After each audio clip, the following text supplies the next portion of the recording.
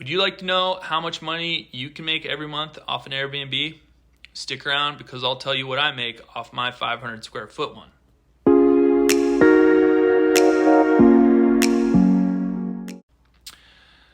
Hi, I'm Chris Kolachis with Keller Williams St. Pete. I own multiple income properties and I recently got in the Airbnb hosting game here in St. Petersburg, Florida.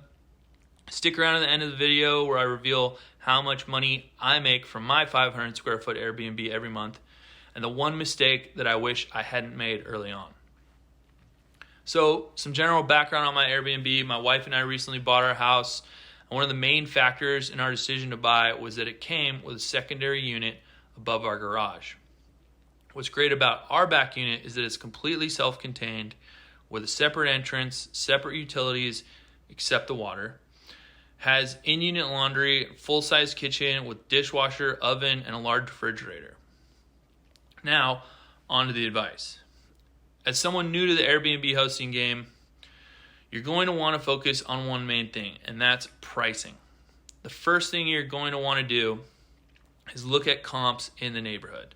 This is as simple as going on an Airbnb or other hosting sites and looking at the per night cost of staying at similar places to yours.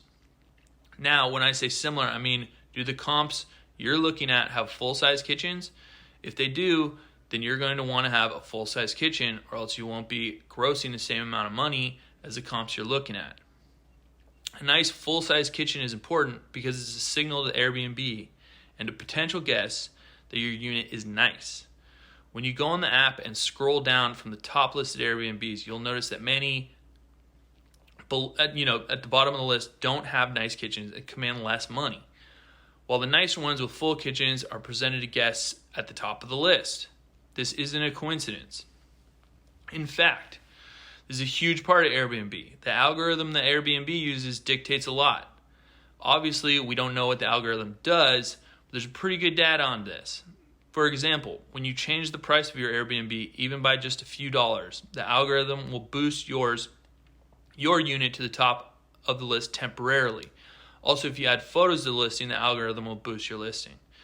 This has to do with the algorithm trying to figure out if you've improved your Airbnb, perhaps with a better kitchen, allowing your listing to be on par with other great kitchen Airbnbs in the neighborhood.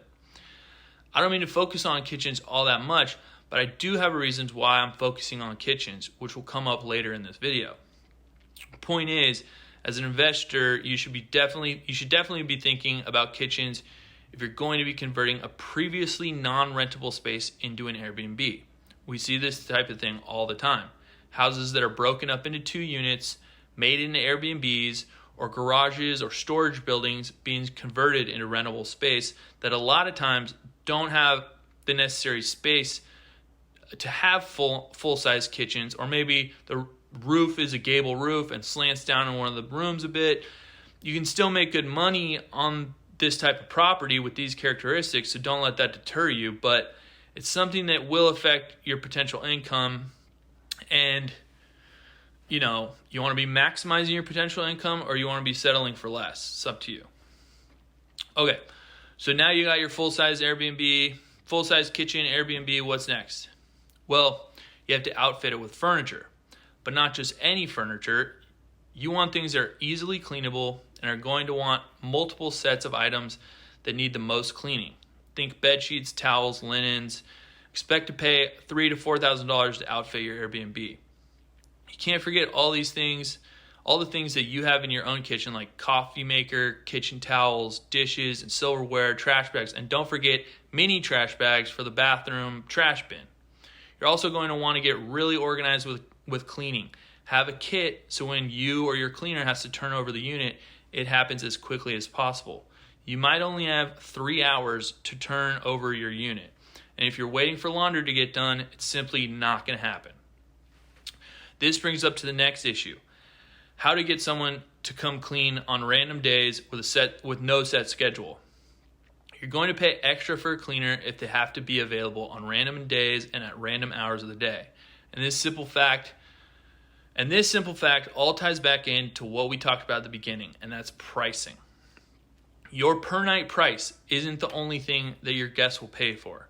They will pay for a cleaning fee. They will pay sales taxes, and they will also pay Airbnb fees, which are typically around 14% of the subtotal.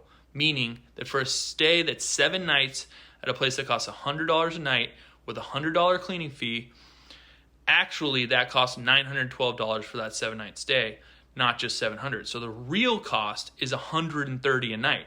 So compare this to your typical bargain hotel like a Hampton Inn, Motel 6. For the same price, is your unit better? Do you have convenient parking like hotels do? Most hotels even have professional cleaners that come clean your room while you're gone. Is your Airbnb a better value than that? This is why I was focusing on kitchens in the beginning, because hotels don't have kitchens. They don't have full-size refrigerators. Tell me where you would want to stay, all things being equal. A room with a bed and bathroom, small refrigerator, lay on the bed and watch TV, or a self-contained unit with its own laundry, bedroom, living room, full-size kitchen? I'd choose the one with the kitchen personally. So that brings us to, what do I make off my Airbnb every month? Well, there's many factors that play into that, into our nightly rate. I'm close to downtown. I'm not in the best neighborhood, but it's pretty decent. Our Airbnb is fairly new and has all full-size appliances like I mentioned, so it's pretty freaking nice. For the last 6 months, we've made, on average, $2,800 per month, and that number changes a bit because we offer discounts to longer stays, but we have a 4-night minimum, and we only book with guests that have good reviews from other Airbnb hosts. That's an average of around 26 nights per month. Pretty good, if you ask me. Now, for my one mistake, I should be an Airbnb superhost at this point, but I made a mistake of canceling someone's booking very early on in my Airbnb hosting career, and I didn't realize that if you cancel someone's stay, you're ineligible for superhost status for a year or 100 nights or 100 stays, something like that. So if I could go back and take that cancellation back, I would. So that's it. If you're thinking about doing Airbnb stuff, don't hesitate to call me. I'd love to help out. If you know anyone that needs general real estate help in St. Pete, Pinellas County, Tampa, please forward them my information. Thanks for watching and have a great day.